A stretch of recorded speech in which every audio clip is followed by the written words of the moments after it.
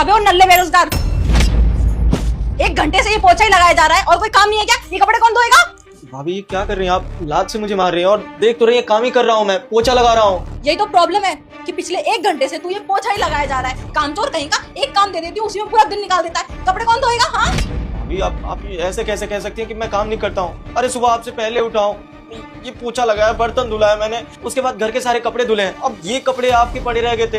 अच्छा जी, काम करके बहुत एहसान कर रहा है तू मेरे ऊपर। फ्री की रोटियां तोड़ रहा है यहाँ पे, आए समझ में? जहाँ भी फ्री की रोटी मिलती है ना वहाँ काम करना पड़ता है। एक तो पूरे दिन यहाँ पड़ा रहता है, फ्री की रोटी तोड़ता है और बोलता है मैं पढ़ाई करता हूँ। कुछ तो उखाड़ा नहीं अपनी जिंदगी में तूने, हाँ? और काम भी करने से मना कर रहा है।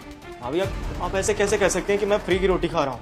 यहाँ दिन भर काम करता हूँ, उसके बाद आप मुझे खाना खाने के लिए देती हो। और वैसे भी कौन से आपके पैसे के खा रहा हूँ? अपने भाई के पैसे के खा रहा हूँ और भाई के घर में रह रहा हूँ। फ्री की रोटियां भी तो तोड़ता है ना तू, जब देखो जब मुंह उठा के यहाँ पे आ जाता है। नल्ला कहीं का, कोई काम ही कर ले इससे। बेटा तेरे घर पैसे इसलिए नहीं टिकते क्योंकि माता लक्ष्मी का वीडियो तू बार बार इग्नोर कर रहा है। मेरी बात मान ले, 2 लोगों के साथ शेयर करके इस वीडियो को फॉलो कर दे और जय माता लक्ष्मी लिख दे, फिर देखना 2 दिन के अंदर तेरा काम हो जाएगा। वैसे इस बार भैया को आने दो, उनसे बोल दूंगा कि मुझे गांव ले जाके छोड़ दो। यहाँ पढ़ नहीं पाता हूँ, दिन भर काम करता रहता हूँ, ऊपर से आप मुझे मारती रहती हो काम करने के लिए। क्या बोला तूने?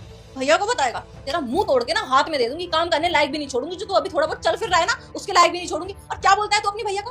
मुझे तो पढ़ाई करनी है इसलिए मैं यहाँ पे आया। और तेरे भैया एक तो इतने भोले हैं मेरे पति देव कि भाई के पीछे पूरी जिंदगी निछावर कर रखी है। पैसे दे दो, ये कर दो, वो कर दो, भाई का ध्यान रखना, भाई पढ़ाई करेगा, पढ़ लिख के कुछ बनेगा, ये बनेगा कुछ पढ़ लिख के। अरे पढ़ने के लिए आया, पढ़ भी लिया कर, कभी पढ़ते हुए नहीं देखा मैंने तुझे। अभी आप पढ़ने का मौका दोगी तब तो पढ़ूंगा ना, दिन भर तो काम कराती रहती हो।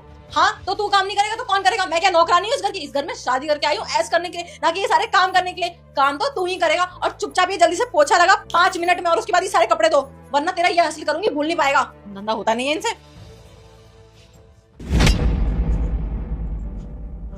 सतीश, भैया आप ये क्या हालत बना रखी है तूने अपनी? कुछ नहीं भैया, वो बस भाभी काम करके थक गई थी तो उनकी मदद करवा रहा था मैं। मैंने सब कुछ अपनी आंखों से देख लिया है और कानों से सुन भी लिया है कि कैसे तेरी भाभी तुझसे मदद ले रही थी या फिर तुझे नौकर बनाकर तेरे साथ बदसलूकी कर रही थी। हैरानी तो मुझे इस बात की हो रही सतीश कि तूने मुझसे ये सब शेयर क्यों नहीं किया कभी? क्यों नहीं बताया मुझे कि तू इतना सब कुछ सह रहा है? बोल। क्योंकि भैया मैं नहीं चाहता आपकी शादीशुदा जिंदगी खराब हो, वो भी मेरी वजह से, इसलिए कभी नहीं बताया मैंने आपको। और भैया कहता है तेरी जिंदगी का क्या, तू क्या शहर में मेरे घर में यह सब करने के लिए आया है? क्या पढ़ाई करने के लिए आया था? ना पढ़ाई कैसे होगी घर का काम करके। और जब मैंने कभी नहीं सोचा था कि मेरा छोटा भाई नौकर बनकर घर का काम करेगा,